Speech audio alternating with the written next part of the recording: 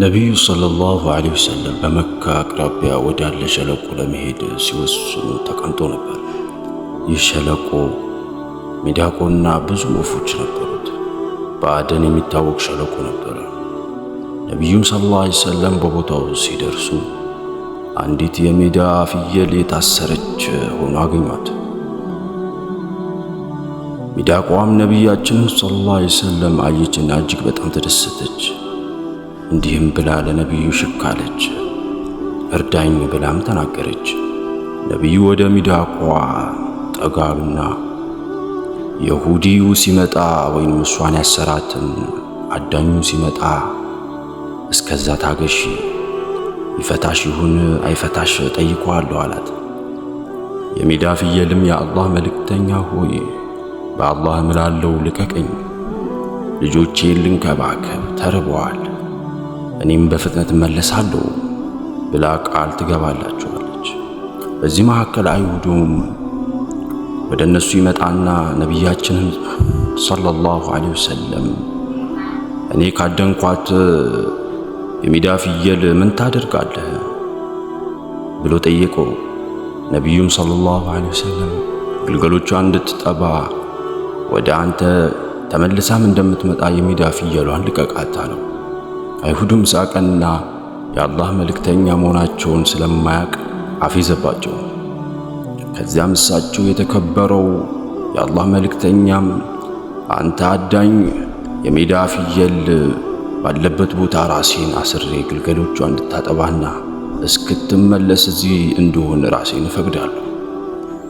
አይሁዱም በመገረም የአላህ መልእክተኛን ሰለላሁ ዐለይሂ ወሰለም ያዘና አስሮት ሚዳቋን ለቀቃት።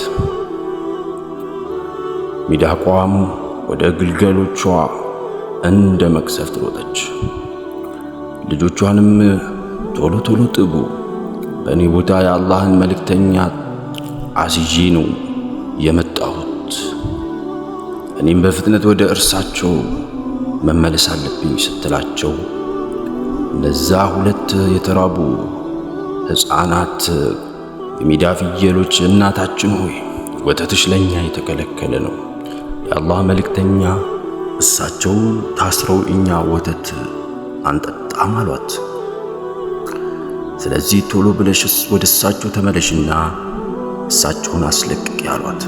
ሚዳቋም ደም መብረቅ ተመለሰችና የአላህ መልእክተኛ ሆይ የእኔ ልጆች ወተቴን ለነሱ የተከለከለ ነው ብለውኝ፣ ምክንያቱም እርሶ ታጋች ስለሆኑ አንጠባም አሉኝ። ሚዳቋም አለቀሰች። ይህን ሲሰሙ የአላህ መልእክተኛ ማለቀሱ።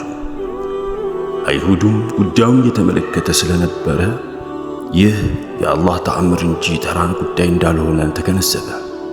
ወዲያውኑ እጆቹን ወደ ሰማይ አንስቶ ከአላህ በቀር ሌላ አምላክ እንደሌለና ሙሐመድም የአላህ መልእክተኛ መሆኑን እመሰክራለሁ በማለት ልቡ ስለተነካ ወደ እስልምና መግቢያ ሰበብ ሆነ።